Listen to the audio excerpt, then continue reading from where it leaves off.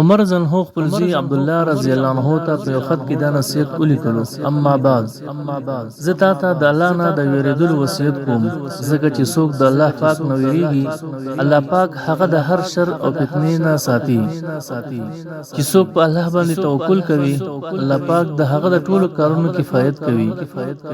څوک چې الله ته قرض ورکوي، یعنی په نورو باندې خپل مال د الله لپاره مصرفوي، الله پاک هغه ته بهترینه بدله ورکوي. څوک چې د الله شکر ادا کوي، الله پاک د هغه نعمت زیاتوي.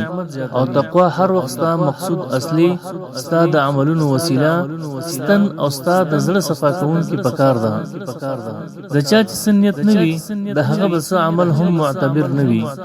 څوک چې د ثواب په نیت عمل ونه کړي، هغه ته به هیڅ اجر نه ملاويږي. بچا کې چې نرمي نه وي، هغه ته به د خپل مال هم ګټه نه وي. څو پورې چې مخکینی کپړه زړه نشي، نوې اغوستل پکار نه ده.